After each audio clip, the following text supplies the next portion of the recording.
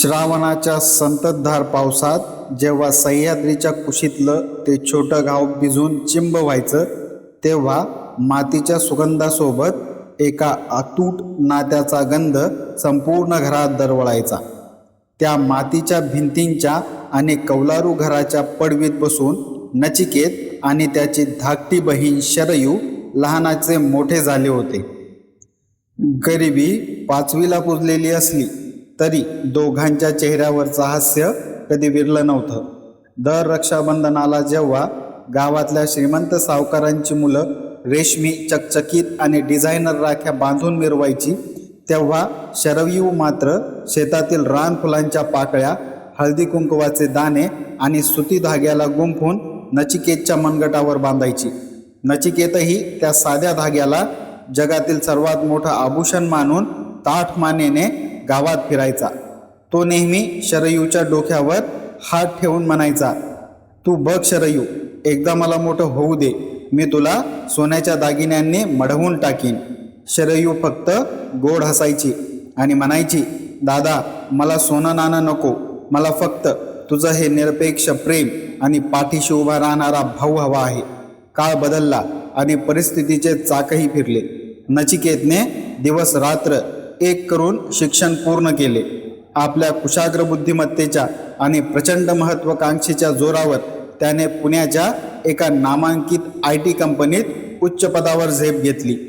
हळूहळू त्याच्या आयुष्यातून दारिद्र्याचे सावट दूर झाले आणि त्याची जागा आलिशान फ्लॅट, महागड्या गाड्या आणि उच्चभ्रू वर्गातील पार्ट्यांनी घेतली. पैशाच्या झगमगाटात आणि कॉर्पोरेट जगताच्या शर्यतीत धावताना नचिकेतच्या विचारसरणीत नकळत बदल होत गेला. आता त्याच्यासाठी प्रत्येक गोष्टीचे मूल्य हे पैशात मोजले जाऊ लागले होते. त्याला वाटू लागले की जगातील प्रत्येक भावना, नातं आणि आनंद हा केवळ पैशाने खरेदी करता येतो. गावाकडील कौलारू घर आता त्याच्या आठवणीतून धुसर होत चाललेलं होतं आणि शरयूचे पत्र किंवा फोन आले की तो केवळ कामात असल्याचे सांगून औपचारिकता म्हणून संभाषण संपवायचा. यंदाचा श्रावण महिना असाच गडदाभाळाने वेढलेला आला होता. शहरात रक्षाबंधनाची गडबड सुरू होती. नचिकेतच्या भव्य कार्यालयात सहकार्यांमध्ये एकमेकांना दिलेल्या महागड्या भेटवस्तूंची चर्चा रंगली होती. नचिकेतनेही आपल्या स्टेटसचा विचार करून शरयूसाठी थेट एका मोठ्या ज्वेलरी ब्रँडमधून 50,000 रुपयांचे सोन्याचे ब्रेसलेट कुरिअरने गावी पाठवून दिले होते. सोबत एक लहान संदेश लिहिला होता, "शरयू, हे महागडे ब्रेसलेट तुझ्यासाठी. गावात कुणाकडेही असा दागिना नसेल." त्याला वाटले की त्याने आपल्या भावाच्या कर्तव्याची परिसीमा गाठली आहे. रक्षाबंधनाच्या आदल्या दिवशी नचिकेतच्या फ्लॅटवर टपालाने एक साधंसं जाड कागदाचे पाकिट आले. त्यावर गावाकडच्या पोस्टाचा शिक्का होता आणि शरयूच्या सुंदर हस्ताक्षरात पत्ता लिहिला होता. नचिकेतने ते पाकिट उघडले. त्यात एक पत्र आणि पिवळ्या लाल रेशमी धाक्यात गुंफलेली, मध्यभागी रुद्राक्षाचा मणी असलेली एक साधी पारंपरिक राखी होती. नेमके त्याच वेळी नचिकेतचे काही श्रीमंत व्यावसायिक मित्र त्याच्या घरी आले होते. एका मित्राने टेबलावर पडलेली ती साधी राखी हातात घेतली आणि थट्टेच्या सुरात म्हणाला, "अरे नचिकेत, तुझ्या कोट्यावधीच्या साम्राज्यात ही 10 रुपयांची सुती राखी काय करते? तुझ्या हातावर तर सोन्याचे घड्याळ आणि प्लॅटिनमचे ब्रेसलेट शोभते." मित्रांच्या त्या शब्दांनी नचिकेतच्या अहंकाराला नकळत ठेस पोहोचली. संतापाच्या आणि खोट्या प्रतिष्ठेच्या भरात नचिकेतने ती राखी बाजूला फेकून दिली आणि कपाटातून स्वतःसाठी खरेदी केलेले सोन्याचे ब्रेसलेट मनगटावर चढवले. त्याने शरयूचे पत्र वाचण्याचेही कष्ट घेतले नाही. त्याला वाटले की पैशाने समृद्ध झालेला त्याचा संसार अशा साध्या धाग्यांपेक्षा खूप मोठा झाला आहे. बहिणीच्या त्या साध्या राखीची किंमत त्याला पैशाच्या तराजूत अत्यंत क्षुल्लक वाटली होती.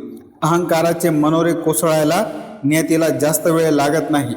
काही महिन्यातच नचिकेतच्या आयुष्यात अनपेक्षित वादळ उठले. त्याने विश्वास ठेवून ज्या मोठ्या आंतरराष्ट्रीय प्रकल्पात आपल्या आयुष्याची संपूर्ण कमाई आणि कंपनीचे कोट्यावधी रुपये गुंतवले होते, तो प्रकल्प एका मोठ्या आर्थिक फसवणुकीत अडकला. नचिकेतचे व्यावसायिक भागीदार त्याला फसवून परदेशात पळून गेले. एका रात्रीत नचिकेतवर कोट्यावधींचे कर्ज झाले. कायदेशीर नोटिसा, पोलिसांची चौकशी आणि बँक खाती गोठवली गेल्यामुळे त्याची सामाजिक पत रसातळाला गेली. कालपर्यंत त्याच्या आलिशान पार्ट्यांमध्ये हजेरी लावणारे, त्याच्या पैशावर डोलणारे तथाकथित मित्र एका रात्रीत दिसेनासे झाले.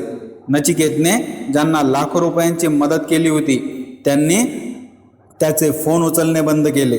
पुण्यातील त्याचा भव्य फ्लॅट आणि महागड्या गाड्या जप्त झाल्या. परिस्थिती इतकी बिकट झाली की त्याच्याकडे 2 वेळच्या जेवणाची भ्रांत निर्माण झाली. नैराश्याच्या गर्तेत सापडलेला नचिकेत एका लहानशा भाड्याच्या खोलीत बसून आपल्या नशिबाला दोष देत होता. त्याच्या हातातील ते महागडे सोन्याचे ब्रेसलेट आणि घड्याळ कर्ज फेडण्यासाठी केव्हाच विकले गेले होते.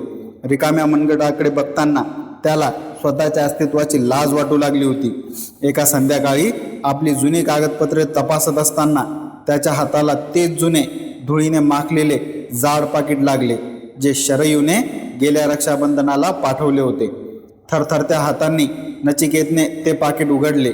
आत तीच साधी पवित्र रेशमी राखी तशीच शांत पडून होती आणि खाली शरयूचे घडी घातलेले पत्र होते. नचिकेतने डोळ्यात पाणी आणून ते पत्र वाचायला सुरुवात केली. पत्रात शरयूने लिहिले होते, माझ्या लाडक्या दादा, तू पाठवलेले सोन्याचे ब्रेसलेट मला मिळाले. ते खूप सुंदर आणि महागडे आहे, पण दादा, मला त्या सोन्याच्या चकचकाटापेक्षा तुझ्या हाताचा स्पर्श आणि तुझी सुरक्षितता जास्त महत्त्वाची वाटते. जेव्हा तू शहरात गेला होतास तेव्हापासून मी रोज कुलदैवतेपुढे तुझ्या सुखासाठी आणि आरोग्यासाठी दिवा लावते. या पत्रासोबत मी तीच राखी पाठवत आहे जी मी स्वतःच्या हाताने देवाचा जप करत बनवली आहे. हा केवळ एक धागा नाही दादा, हे माझे आयुष्य, माझे प्रेम आणि तुझ्या संकटांचे निवारण करणारी एक अभेद्य ढाल आहे. तू श्रीमंत असलास किंवा गरीब, तू यशस्वी असलास किंवा अपयशी, तू माझा तोच लाडका दादा आहेस. जगात कुणीही तुझ्या पाठीशी उभे राहिले नाही तरी तुझी ही बहीण तुझ्यासाठी रक्ताचे पाणी करायला तयार आहे. या संसारात प्रत्येक गोष्टीला किंमत असू शकते, पण माझ्या या राखीचे मोल केवळ तुझ्या विश्वासात आहे. पत्राच्या शेवटी तिने तिच्या लग्नासाठी आईवडिलांनी ठेवलेली एक छोटी सोन्याची अंगठी आणि काही बचत केलेले पैसे त्या पाकिटात जपून ठेवले होते, जेणेकरून नचिकेतला शहरात काही अडचण आली तर उपयोगी पडतील. ते पत्र वाचताना नचिकेतच्या डोळ्यातून अश्रूंचा बांध फुटला. ज्या राखीला त्याने 10 रुपयांची क्षुल्लक वस्तू समजून फेकून दिले होते, त्या राखीमागे उभ्या जगाची श्रीमंती फिकी पडेल इतके अथांग आणि निरपेक्ष प्रेम दडलेले होते. ज्या मित्रांच्या सांगण्यावरून त्याने नात्याचा अपमान केला होता ते सगळे संपत्तीसोबत निघून गेले होते, पण ज्या बहिणीला त्याने केवळ पैशाने तोलले होते ती मात्र त्याच्या पडत्या काळात स्वतःचे सर्वस्व अर्पण करायला उभी होती. नचिकेतने क्षणाचाही विलंब न करता ती रेशमी राखी उचलली आणि आपल्या छातीशी कवटाळली. त्याने ती राखी आपल्या थरथरत्या हातांनी उघड्या मनगटावर बांधली. त्या एका धाग्याने त्याच्या मनात जगण्याची, लढण्याची आणि पुन्हा उभे राहण्याची अफाट ताकद निर्माण केली. तो तडक उठला आणि गावाच्या दिशेने जाणाऱ्या पहिल्या एसटी बसमध्ये बसला. गावी पोहोचताच घराच्या उंबरठ्यावर उभ्या असलेल्या शरयूला पाहून नचिकेत तिच्या पायावर कोसळला आणि लहान बाळासारखा रडू लागला. शरयूने प्रेमाने त्याला उठवून आपल्या कुशीत घेतले. नचिकेतच्या डोळ्यात आता अहंकाराची जागा पश्चातापाने घेतली होती. त्याला कळून चुकले होते की जगातील सर्व संपत्ती, हिरे मोती एकत्र केले तरी बहिणीच्या त्या पवित्र रेशमी धाग्याची आणि तिच्या प्रार्थनेची किंमत कधीही चुकवता येत नाही. ती राखी अनमोल होती, आहे आणि सदैव राहील. मित्र आणि मैत्रिणींनो, ही कथा तुम्हाला आवडली असेल तर लाईक करा, शेअर करा, कॉमेंट करून तुमचं मत नक्की सांगा. आमच्या चॅनलला सबस्क्राईब करा. कथा पूर्ण ऐकल्याबद्दल तुम्हा सर्वांचे मनपूर्वक धन्यवाद. जर या चॅनलवरती आपण नवीन आला असाल तर बेल नोटिफिकेशन नक्की सुरू करा. त्यामुळे येणारा प्रत्येक नवीन व्हिडिओ सर्वात पहिले तुम्हाला ऐकायला आणि वाचायला मिळेल. भेटूया पुन्हा अशाच एका नवीन कथेसोबत. धन्यवाद.